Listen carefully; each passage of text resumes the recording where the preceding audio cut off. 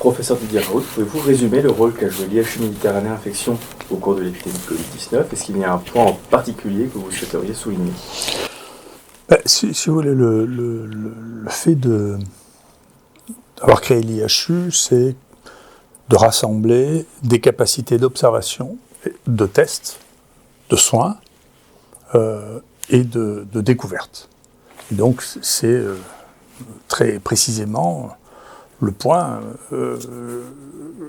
qu'on a pu développer au cours de cette épidémie. Pour lequel, je rappelle pour ceux qui veulent le voir, vous voyez que vous pouvez regarder mon rapport de mission qui est online, vous voyez, qui est dans lequel, dans mon introduction, si vous pouvez lire mon introduction, j'expliquais qu'on n'était pas préparé à une épidémie d'infection respiratoire qui serait probablement celle qui serait le pire si on devait l'avoir. Je créé ça en 2002 quand même, hein. Mon introduction c'est 2002. Donc j'ai continué à penser ça et on l'a organisé. Alors, vous voyez, la première chose que l'on observe, c'est observer, ça n'est pas prédire, c'est observer. Et donc, quand vous êtes dans quelque chose en particulier qui est nouveau, vous ne pouvez pas le prédire. Et donc là, ce qui est résumé, c'est les cas, parce que comme il y a beaucoup de gens qui sont venus de l'extérieur, c'est les cas de gens de Marseillais qui sont venus ici, qui ont été testés, qui ont été hospitalisés en réanimation et qui sont décédés. Alors, sur le décès ou sur les réanimations, les choses sont un peu plus complexes que le nombre de positifs. Il n'y a pas vraiment de biais important sur la positivité, parce que vous vous souvenez qu'on a testé d'emblée tout le monde. Donc, il y a des gens qui avaient une proportion de morts ou une proportion de réanimation beaucoup plus importante, parce qu'ils ne testaient que les gens qui étaient arrivés à être hospitalisés, tandis que nous, on testait les gens qui venaient se faire tester. Et donc, notre proportion n'a pas changé de manière extraordinaire, sauf que ce qui s'est passé, c'est que chacun de ces épisodes a été dû à un variant différent. Donc il ne s'agit pas d'une épidémie qui faisait des rebonds, comme une balle de ping-pong. Il n'y avait pas de vagues successives de la même épidémie. Il y avait des variants, et donc cette épidémie nous a beaucoup appris parce que nous n'avions jamais eu d'épidémie comme ça. Donc c'est quelque chose de nouveau, donc qui était imprévisible parce que simplement elle était nouvelle. Et en même temps, ce que vous voyez, c'est un point qui est très important. Ce que vous pouvez faire, j'y reviendrai, vous pouvez essayer de contrôler du mieux que vous pouvez les choses, mais je sais qu'on m'a beaucoup voulu de dire ça, il n'y a pas de baguette magique. Ouais. Il n'y a pas un moment où vous pouvez dire ça va s'arrêter. Donc, du coup, ça devient maintenant les choses petit à petit, parce que dans l'information, dans la politique, finalement, au bout de 2 ans, c'est lassant de répéter les mêmes choses, si vous voulez, mais vous ne pouvez pas dire en regardant ça, pas plus qu'en regardant dans le monde, regardez, on a mis le vaccin et puis ça s'est arrêté, regardez, on a trouvé ça s'est arrêté. Donc il faut faire très attention, ça veut dire 2 choses. C'est très dangereux de manier l'angoisse en se disant, écoutez, on va vous trouver une solution. Vous êtes angoissé, vous êtes inquiet, on vous coince à la maison, vous ne pouvez plus bouger, mais on a une solution. Quand on est dans une situation de cet ordre-là, on ne sait pas si on aura une solution. Il faut être très prudent, à ne pas manier l'angoisse comme ça, parce que quand vous avez manié l'angoisse des gens pendant 2 ans, après, vous ne savez plus dans quel état vous retrouvez la société. Ça, c'est un point. Et deuxièmement, il faut se poser la question de savoir pourquoi, finalement, ça a été si mal vécu. Comme moi j'ai dit, vous savez, il n'y a pas de baguette magique. Et bien sûr, il y a toujours des philosophes qui ont réfléchi là-dessus. Celui qui me paraît le plus approprié, c'est Lasch, L-A-S-C-H, qui avait écrit il y a à peu près 30 ans, à propos de la démocratie américaine, que le monde moderne américain devenait entièrement narcissique, tourné à se dire, regardez comme je suis beau, comme je vais rester beau, comme je ne vais pas vieillir, comme c'est moi, je me contemple, je suis toujours aussi beau, et qui a remplacé l'espoir de l'homme qui était la providence. C'est-à-dire, quand vous aviez une épidémie de cette nature-là, eh bien, vous attendiez la providence divine, que Dieu vous règle cette épidémie, parce qu'on ne savait pas quoi faire.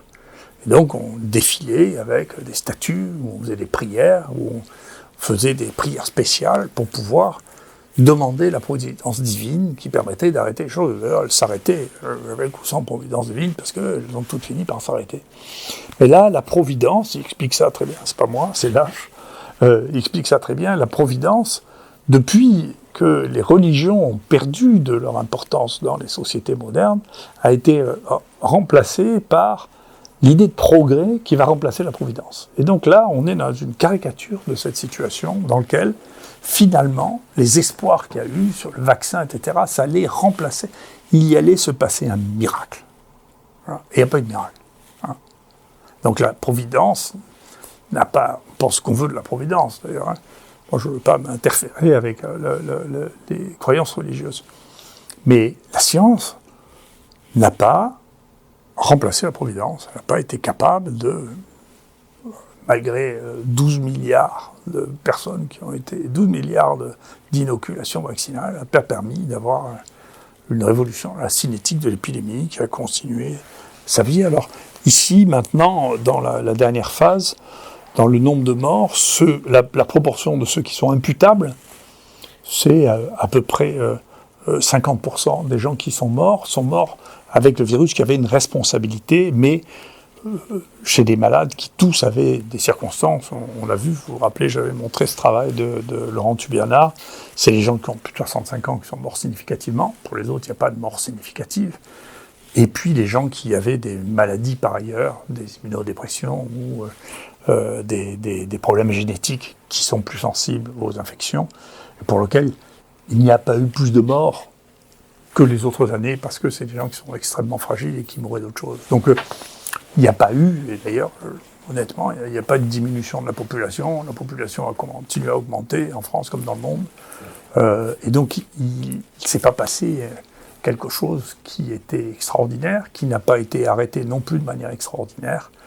Et donc, une série de variants qui ont donné des épidémies différentes. Vous voyez, nous, depuis le début, on s'est beaucoup attaché à faire des séquences génétiques. On a été les premiers au monde à parler de variants. Et effectivement, notre variant qui nous a le plus préoccupé, c'est le 4. Et vous voyez, c'est celui qui était le plus mortel ici. De tous, c'est celui qui a été le plus dangereux. C'est le Marseille 4 qui a frappé toute la France. Hein. On l'a découvert ici. C'est celui qui est issu des élevages de visons. Et c'est celui qui a le plus tué de tous. Donc voilà, c'est la situation telle qu'elle est. Le variant actuel, les variants Omicron, sont moins dangereux aussi bien pour les vaccinés que pour les non-vaccinés, parce que très souvent, l'évolution naturelle des épidémies successives, comme ça, la différence c'est que maintenant on arrive à les étudier en étudiant les variants, font que les variants sont de plus en plus contagieux et de moins en moins dangereux, et que ça ressemble de plus en plus au coronavirus saisonnier qu'on a, les cas saisonniers qu'on a au rhinovirus. Mais alors, que suggérez-vous de faire ? Ah, ben moi je pense la même chose. Vous voyez, je m'excuse de vous présenter ça. Vous voyez, ça c'est tous les textes que nous avons. C'est un livre qu'on vient de faire avec Yanis. Tous les textes de tout ce que nous racontons les mardis. Et j'évite de parler trop ailleurs, même si je dois le faire de temps en temps parce que mon éditeur me le demande et que je lui dois bien ça, pour parler de mon livre. Mais j'évite de parler en dehors d'ici pour ne pas me faire piéger par des questions tordues qui amèneront à des découpages, si vous voulez, de ce que je dis. Donc 100% de ce que j'ai dit est là-dedans. Là, vous pouvez le lire. Donc si on vous dit « M. Raoult a dit ça » ou « M. Raoult a dit ça », ne le croyez pas. Regardez dans le livre, vous verrez tout ce que j'ai écrit. Bien entendu, on l'a relu, Yanis et moi, pour voir si nous avions des désaccords avec ce qui avait été dit ici. Non. On est d'accord avec nous-mêmes. C'est le plus important, vous savez, c'est d'être d'accord avec soi-même. C'est pas d'être d'accord avec les autres, c'est d'être d'accord avec soi-même. Et donc, eh bien, je pense la même chose que ce que je pensais au départ sur les vaccins. Je pense la même chose c'est-à-dire que les vaccins sont très utiles pour les gens qui ont un risque de faire une forme grave. Je pensais dès le départ que la chance de contrôler, en particulier dès qu'on a vu qu'il y avait un foyer qui revenait des visons, que la chance de contrôler par les vaccins une maladie qui se développait chez les animaux était très faible. Qui plus est, en voyant les différents variants, on se doutait bien qu'il y aurait des variants qui seraient de plus en plus résistants à la vaccination. Je suis d'accord d'ailleurs que même aux États-Unis, le CDC dit maintenant c'est plus la peine de refaire des boosters chez les gens en dehors de ceux qui ont les facteurs de risque. Il faut attendre une nouvelle génération de vaccins ou autre chose pour pouvoir avoir une couverture vaccinale qui ait un sens en dehors de ceux qui ont de risque de faire des formes graves. Donc le soin est très important. Les gens se posent la question, j'avais un ami qui m'en parlait encore tout à l'heure, de qu'est-ce qui s'est passé en Afrique. Moi je vous le dis, ce qui se passe en Afrique, d'abord bien sûr, il y a la consommation majeure de médicaments contre le paludisme qui ont tous une efficacité plus ou moins importante contre le virus. Et puis deuxièmement, il y a un soin de proximité qui est un énorme problème actuellement en France, parce qu'on manque de médecins, on a des difficultés tout le monde a des difficultés à recruter des infirmières, et que donc la médecine de proximité, c'est-à-dire d'aller voir les malades, de recevoir les malades, est quelque chose qui est en train de diminuer. Et c'est pas du tout le cas en Afrique. Il y a une médecine communautaire, il y a des officiers de santé, des infirmiers qui vont voir les malades et qui les soignent. Après, peu importe ce en quoi vous croyez, ce en quoi vous ne croyez pas, quand on soigne les malades, ils vont mieux que quand on les soigne pas. Voilà, c'est vrai depuis des centaines d'années. Ça serait une remise en cause absolument terrible de tout ce qu'est la médecine même, que de dire il n'y a pas de différence si vous ne soignez pas les malades et si vous les soignez. Encore une fois, je vous incite à relire La Peste de Camus. Même La Peste, les gens les soignaient. Et nous, on a des éléments de littérature qu'on réanalyse du XVIIIe siècle, sur La Peste à Marseille, qui montrent que quand les gens étaient soignés, la mortalité était plus faible que quand ils n'étaient pas soignés. Quand c'était la peste, on n'avait pas de baguette magique, on n'avait pas de vaccin, on n'avait pas de traitement antibiotique. D'accord ? Donc il y a des moyens médicaux anciens.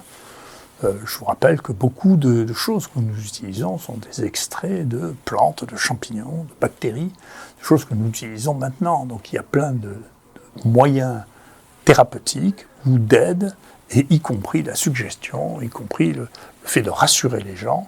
C'est une chose qui est importante dans les soins médicaux. Les soins médicaux, il ne faut pas oublier les soins médicaux. Ça ne peut pas être remplacé par des informations journalistiques ou par des décisions politiques ou par des informations par Internet. Le soin est un artisanat. Cet artisanat doit persister pour s'occuper des gens. Le troisième point, bien sûr, c'est non pas la recherche, qui est une chose. Chercher, il suffit de dire que l'on cherche pour dire qu'on fait de la recherche.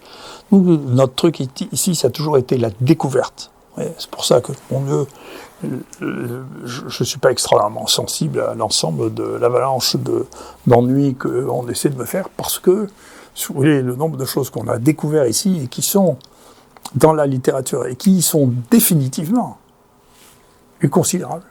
Donc je vous l'ai dit, on a séquencé un nombre de microbes qui est absolument extraordinaire. On a probablement séquencé plus d'espèces bactériennes différentes qu'on doit faire partie des 3 premiers centres au monde.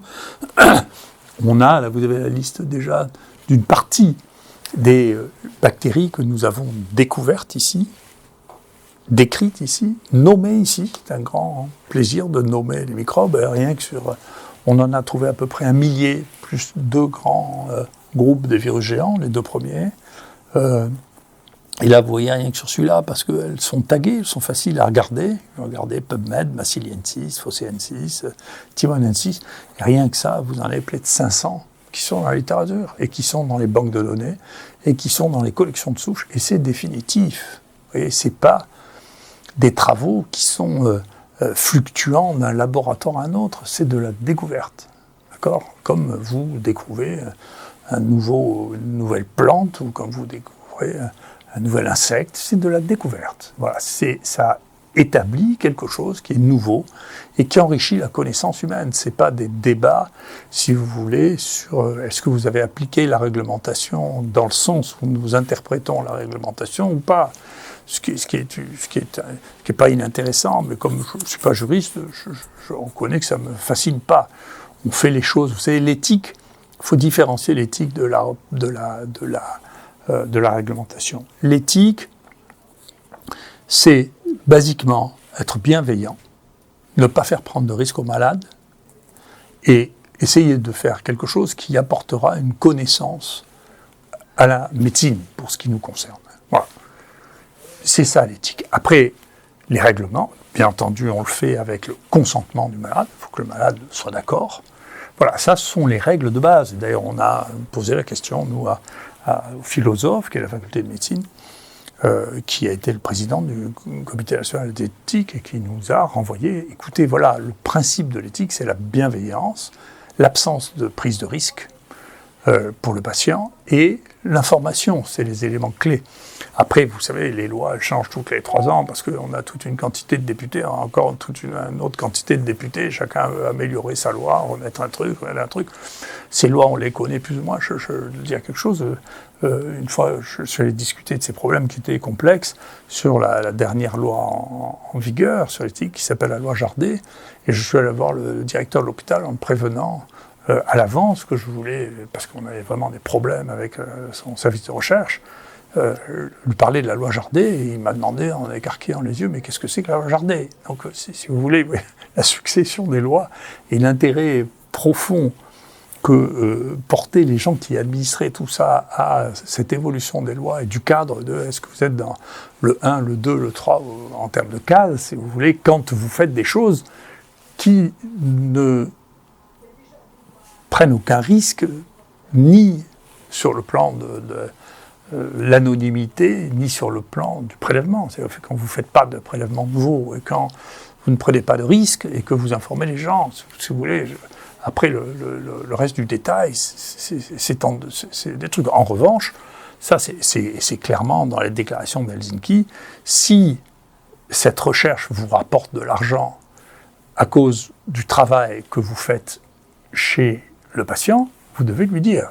Personnellement, je ne suis pas sûr que dans les CPP, on vérifie bien que l'investigateur, quand il fait signer au patient son consentement, lui dise, quand vous faites des essais avec l'industrie, nous on n'en fait pas. Pour le travail que je suis en train de faire là, je vais gagner de l'argent ou je vais gagner des avantages en nature. Ce qui est pourtant, ça fait partie de la déclaration de Helsinki. Oui. Donc, nous, on n'a pas d'état d'âme, on n'a pas fait de mal aux gens, même si les gens ont fantasmé. Tous les 3 mois, on nous menace en disant, dans le procureur, ça fait 2 ans, un peu plus de 2 ans que ça dure. Bon, pour l'instant, rien n'arrive, on verra bien. Hein. Je ne suis pas sûr qu'il n'arrive rien au ministre. Hein. Pour l'instant, la Cour de justice de la République est en train d'en faire l'investigation. On verra le résultat. C'est pas moi qui les poursuis pour l'instant. Donc, ils auront leur destin. Moi, j'ai le mien. Écoutez, c'est vrai que la dernière injonction là, était un peu cocasse parce que je n'étais pas concerné ni sur les prélèvements, ni sur les décisions qui dépendaient de l'assistance publique. Le comité d'éthique, ça avait été signé par le doyen de la faculté. Donc, moi, je veux bien, mais je le répète, s'il y a un chien qui est mordu à la Timone, c'est pas moi qui l'ai mordu, je vous le dis, je n'y vais pas, je n'ai pas croisé de chien. Et donc, c'est indépendant de ma volonté si les chiens sont morts dans la cour de la Timone. Voilà. Merci.